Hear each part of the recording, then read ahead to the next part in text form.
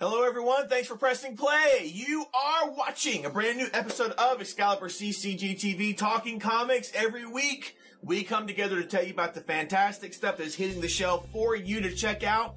I am Chris. This is my co-host, Randy. We are going to get you up to date with what's hitting for February 17th, 2016. Hope you had a fantastic Valentine's Day. Hope you got what you wanted. I'm going to leave it there. But guys, this past weekend was a huge weekend. We got tons of stuff to talk about. So keep your thinking caps on because we are going to talk about all of that. Thank you to our new subscribers. Thank you to our listeners on iTunes and Stitcher. We really, really appreciate it. Thank you for all the fantastic comments that we've been getting here lately. Well, with the questions that we've posed to you guys, especially like suggestions for the show. Last week's video where we talked about the relaunches and rebirths and stuff of DC Comics and what's going on with there. Some very interesting ideas and insights into what's going on.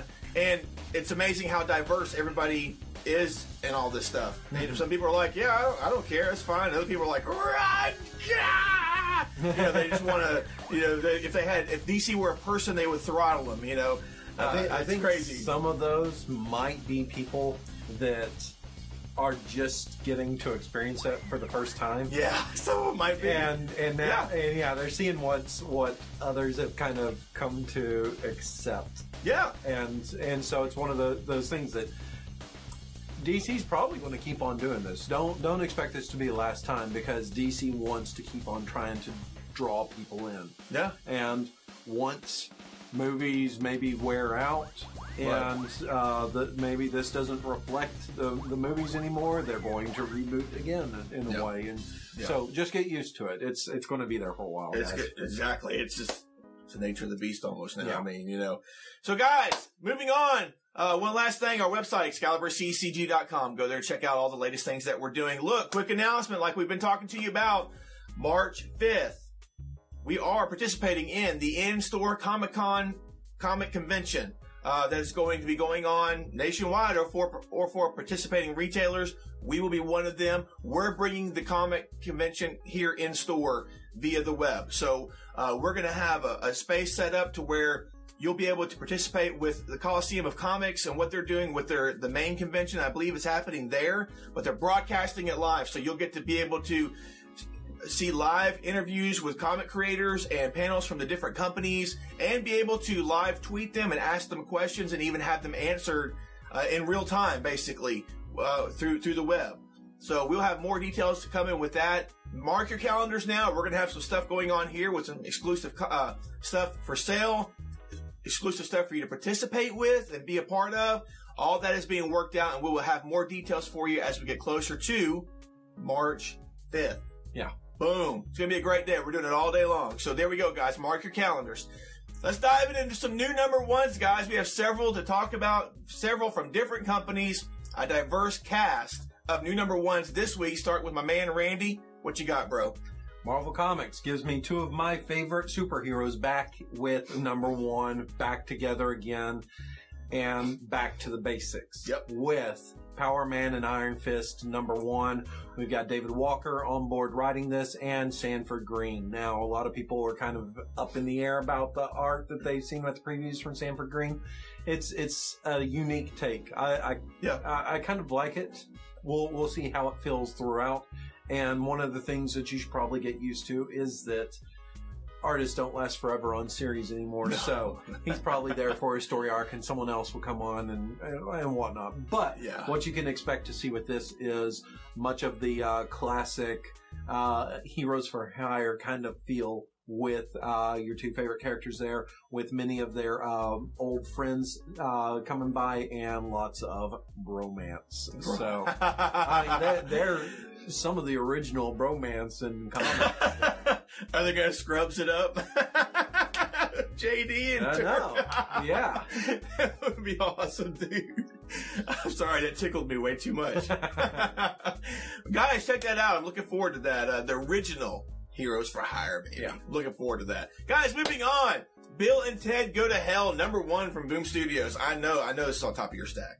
Oh, boom. Maybe not. We'll see. Brian joins and Bacan. Bacan. Bacon. Maybe bacon. Let's go with bacon. Bacon. Everybody loves bacon. Everybody loves bacon, so they love Bill and Ted. I love it. Bill and Ted go to hell to get their best friend back, Death. I know, it's crazy, right? That's what's happening with this one. But they team up with, let's see here, Rufus, Billy the Kid, Joan of Arc, and more to go to hell. It's basically history versus hell to get Death back, but hell has some aces up its sleeve with this first issue. So guys, mini-series here from Boom Studios. Bill and Ted fans had tons of fun with that. Yeah, I was totally excited when they said that there's a third Bill and Ted in the works until I finally, it hit me that Rufus can't be a part of this because poor George Carlin has passed. Oh. And I kind of don't want that to happen without him. No. Yeah. Maybe they can go to...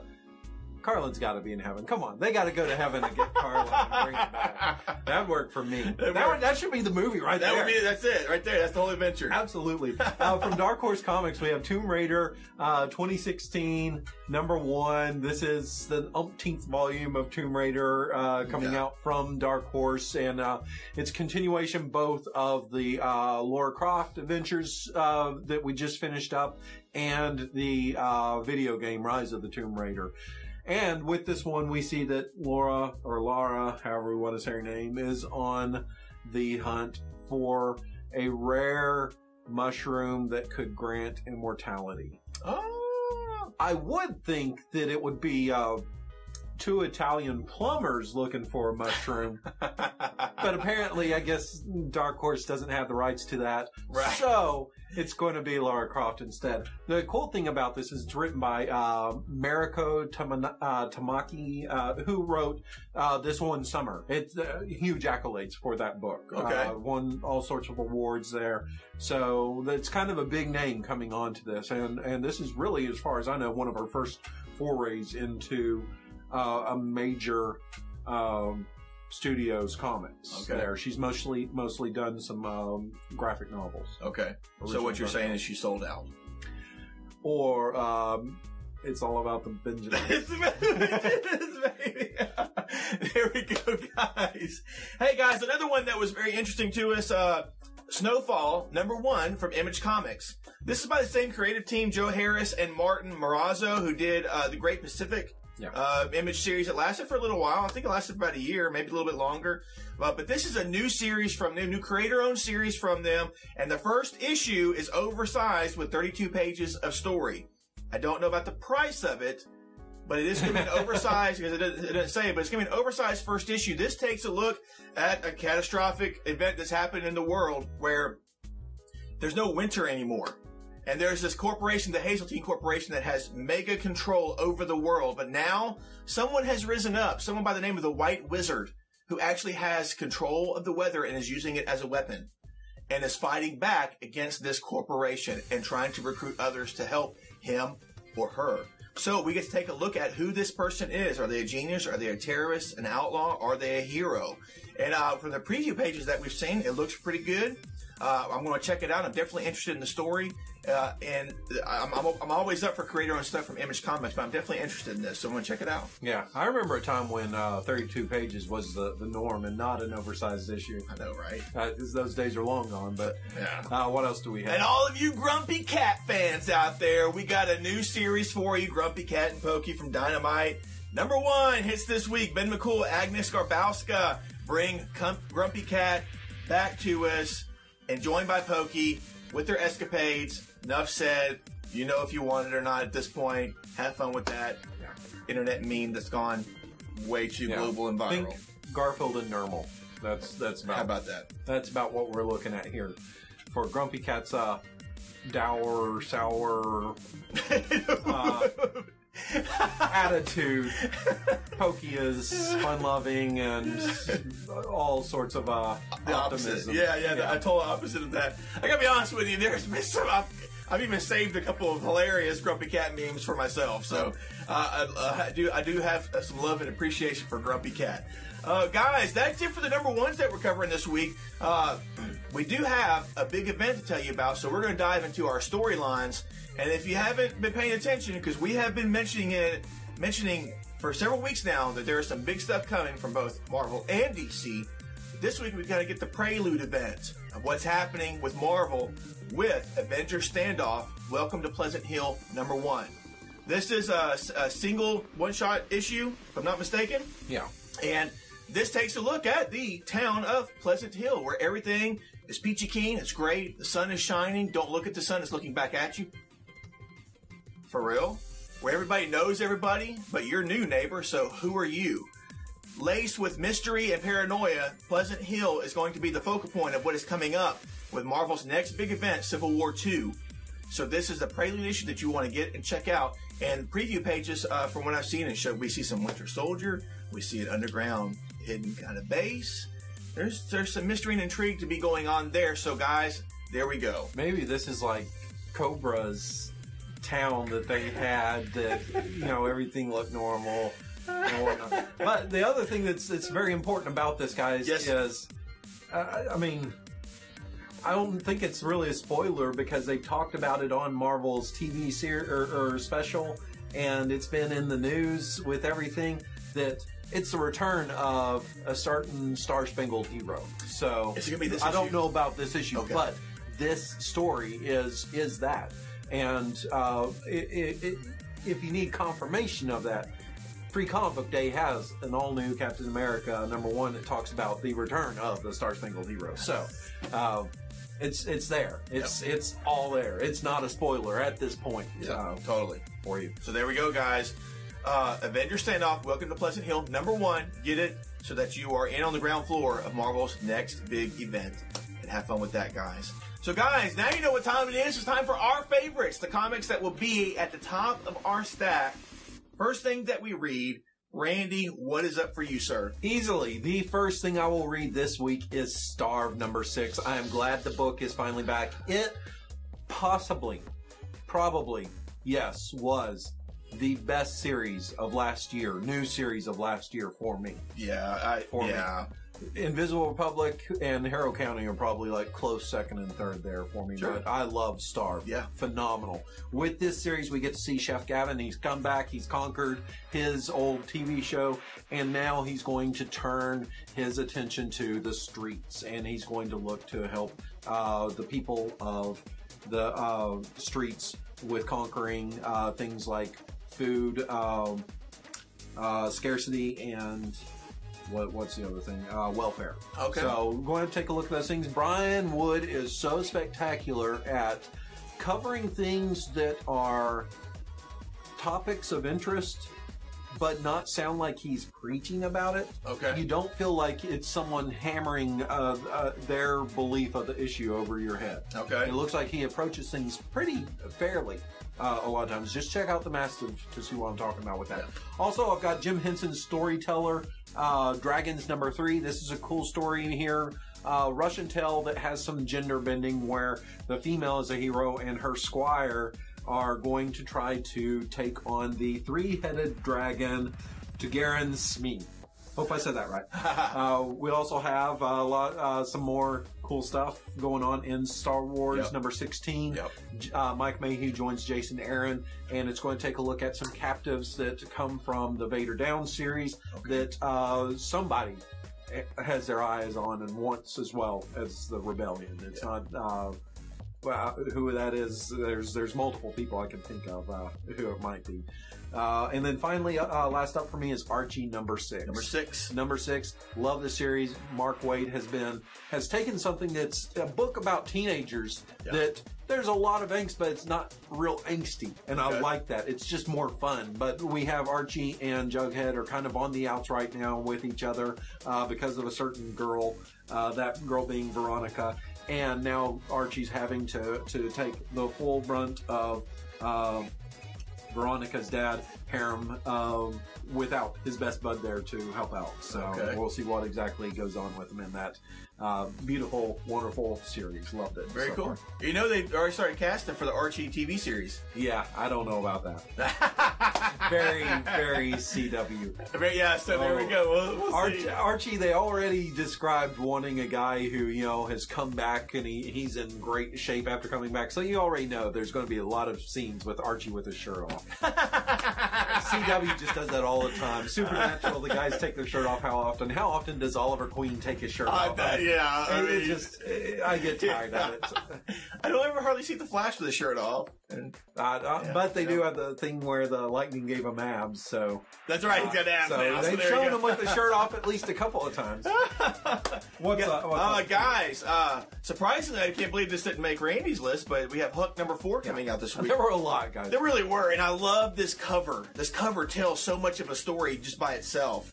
It's this lady in the snow with a tracking bracelet on her ankle, and she's holding her baby, and she's like just got a flowing hospital gown, and it tells a story. It's a fantastic cover. I really love it, and this issue is going to tell us even more about Huck's origins. So how fitting for an actual cover that may even tell something about the story inside the book. Well, they also had their homage cover there. That's why I didn't know which one you were talking about. Yeah, the main cover for the the homage covers have been tons of fun too. They've been really cool.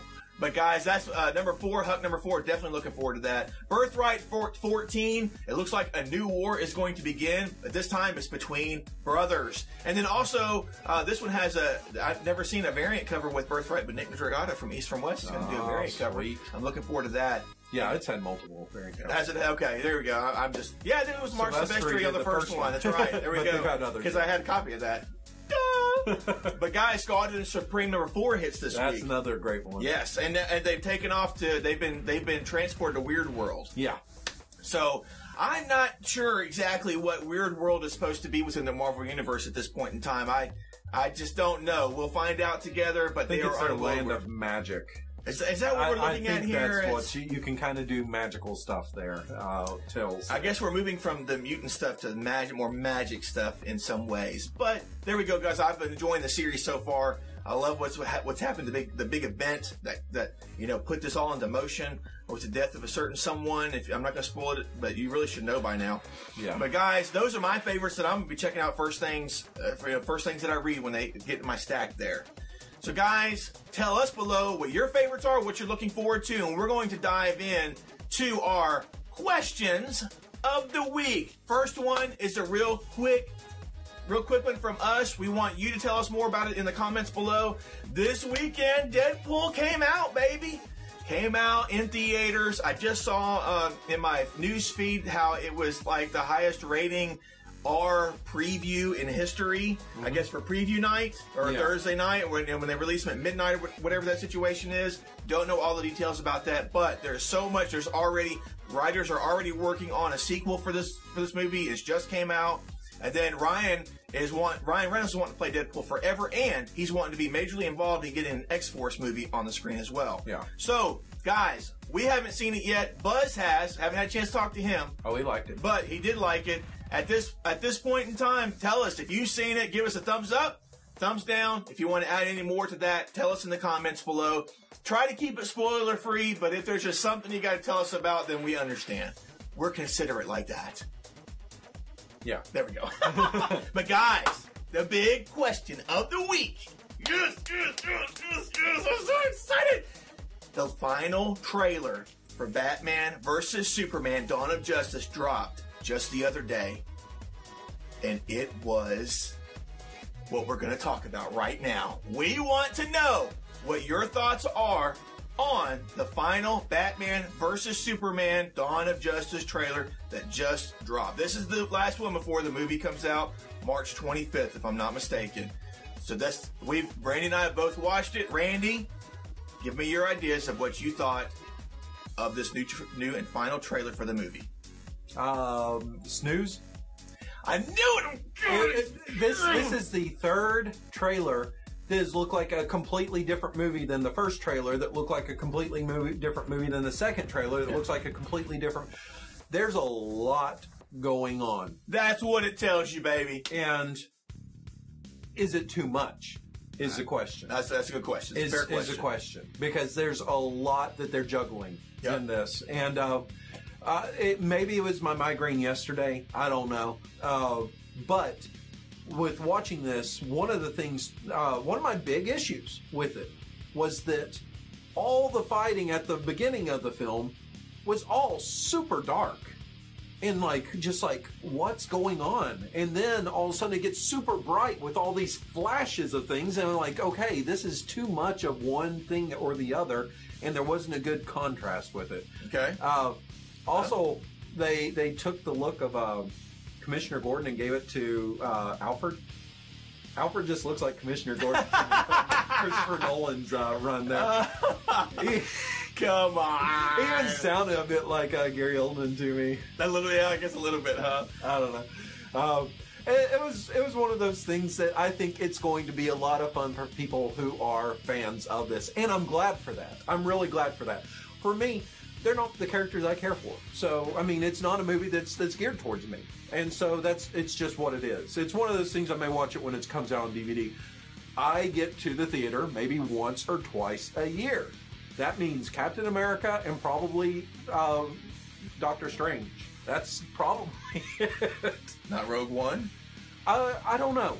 I don't know. There's not a whole lot of interest in it for me yet. I'm kind of excited because they mentioned James Earl Jones will do the voice of Darth Vader in it and everything. But, you know, it's everybody has their own thing. You know, when they make a New Gods movie, I'm going to totally be there because that is something I'm looking forward to. But it probably won't happen. Oh, hey. So tell me how excited you are about it because you are super excited. I am so excited. Okay, listen, Randy has some excellent points with the progression of the first, second, and the final trailers that we've seen. Yeah. To me, my interpretation of the previous ones was how much it showed how powerful Superman was in those trailers. He's being worshipped as a god in some places. He's being mightily exalted. He is showing, even in some of the previous trailers, he still shows these great feats of strength. There's one scene where he helps bring down a failed spacecraft launch and brings it down safely, or some type of rocket. Briefly in one of the trailers. What I really liked about this final one is that we get to see Batman more as a true opposition against Superman, and this whole belief that seems to be going on in this world. I mean, there are people that don't necessarily buy into Superman, like Bruce Wayne / Batman, but we get to see that there actually is going to be some true opposition. And I love the trailer's opening scenes of him taking down those guys at the beginning of the fight that Randy was talking about. It is dark really looking, dark to me. But it was so dark night, baby. It was so brutal. Some of those, I mean, the way Batman is going in, he's not seeing if he can just, get you to tap out. He's slamming your head into the freaking ground. He is throwing you against the wall. It's awesome. It was so awesome. Hold on, buddy. Hold on. I'm listening. Hold on. So I really, really enjoyed that and differentiated itself as Ben Affleck's Batman compared to Christian Bale's Batman and what we've seen. But Christian Bale, Batman, I enjoyed all that. I enjoyed that whole trilogy. Other people did not. But Christian Bale's Batman could not present itself in the same way as Ben Affleck's physicality could on screen. Ben Affleck's a bigger guy. I mean, it's just a bigger Batman. And I really, really liked that. And then we get to take a look and we get to see even more from Wonder Woman. She actually gets to speak in this one, and I don't know what the deal is with that. Hopefully that is something that is just a golden nugget that they're really saving for the movie, and we really get a lot of great stuff from Wonder Woman in that regard. But you do get to see her in action. She has this super jump. I don't know if she's actually flying. I don't know what that was. She gets the, she's on the attack, and then they're still portraying Superman dark. Dark. Maybe he has bought into some of the hype. But maybe not. I mean, there are some elements of humanity with the scenes in there, between he and Lois Lane and stuff like that. And I dug Jeremy Irons. I loved the little bit that we got to see of him as Alfred. It's I a really very enjoyed different that. Alfred. It is different, and both he and not older. Michael Caine's old, but I mean, they both seem to be older together with Alfred and Bruce Wayne. I thought that was the exact opposite. I thought Alfred's getting younger while Bruce Wayne's getting a little bit older. Yeah, I mean, it's not a big because I didn't gap. quite buy when Batman's like, I'm getting so old. I'm like, you don't look that old. If you were like Clint Eastwood out there, then I would buy that. Okay, but I'm still going. Go. But just to wrap it up, though, I mean, honestly, Randy, come on, you had to have grinned a little bit when you see toward the end of the trailer, Batman and Superman are actually fighting, and Batman throws up that arm to block that punch. and Superman's look on his face. I mean, come on, everybody. How he's gonna be able to do that, I don't know. There's speculation that maybe this armor is actually made from Kryptonian metal or technology that they've salvaged from what's happened previously. I don't know, but that was. I'll show awesome. you my reaction, everybody. This was my reaction. This reaction video. Because he can. No, this guy. No. I'm looking forward to this one. This one really made it more exciting for me. I'll say this. I was very appreciative because all throughout every single Christopher Nolan Batman, they kept promising and promising and promising the suits were more mobile and that you'd actually get to see Batman move.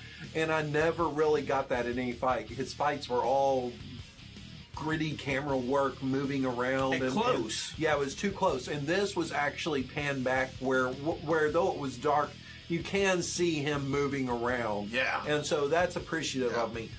I'm also just not a Zack Snyder fan.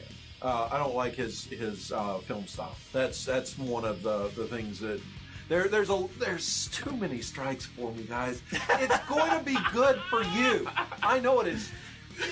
I don't want to harsh on the film, but I mean, he's asking me to be excited about something else. No, how can I be excited about it? I knew going into this, Randy would not be as excited as I am, but that's just everything. I have hopes. We'll say that. I have hopes for people that they are going to enjoy this film. Still, there's a lot to be to go on this. The most exciting news to come out of all of this from the get-go has been, I love the look of the new Aquaman. Yeah. And I'm totally excited to see Aquaman, like an Aquaman movie with this. I want to see that. Yeah. Yeah. That's like my big thing. That may tell you kind of my more obscure, where I'm coming from. I want a Justice Society movie with the old characters, something like that. Yeah, I would love it. That's more my cup of tea. Yeah, done by Zack Snyder. Guys, we got to wrap it up. So, guys, those are our questions of the week. If you've seen Deadpool, thumbs up, thumbs down. And I hope Deadpool was good for you guys. I really do. Yes, we really do. And thumbs up, thumbs down. Try to keep it spoiler free, but like I said, if there's something you got to share, we love you. You're a part of our community. And then tell us your thoughts on this final Batman vs. Superman trailer that just came out. We want to know what you think about that. And I've even thought about, let us know in the comments below, I thought about doing whenever we talk about trailers, maybe doing a little in-video reaction thing where Randy and I or Buzz and I watch it together for the first time and you can see what we think about it. Let us know what you think about that as well. That's a possibility. But that would take some work between Brad and myself, and I think we could work it out. But if we're not going to worry about that if nobody wants to see that. And I'll apologize to you guys if my attitude towards something is not what you want to see or hear. I usually try to keep it very upbeat with something. I do. Every now and then there might be a Mark Miller thing that sneaks through. There's very few things, but I try to keep it upbeat. And I will say I'm hoping you guys are excited for it. This used to be a lot worse a few years ago, guys. And then he was exposed to me. So there we go. But guys, tell us in the comments below. Answer the questions. Tell us what you think about Deadpool. What you think of the final trailer. What you think about us maybe doing some reaction type stuff. Just for the fun of it. But guys, let's have a discussion down below. We talk to you down there. We want to know what you think and what you thought of that. So, sir, anything else to add? Oh, that sounds good to me. Have a happy, or I hope you had a happy Valentine's Day. Yeah, there we go, guys. So, guys, that's it for this video. Thanks for watching. We really, really appreciate it. Subscribe if you haven't already. And, guys, until next time, read great comics, enjoy some great movies and trailers, leave us some fantastic comments down below, and we will see you in our next video. Bye-bye.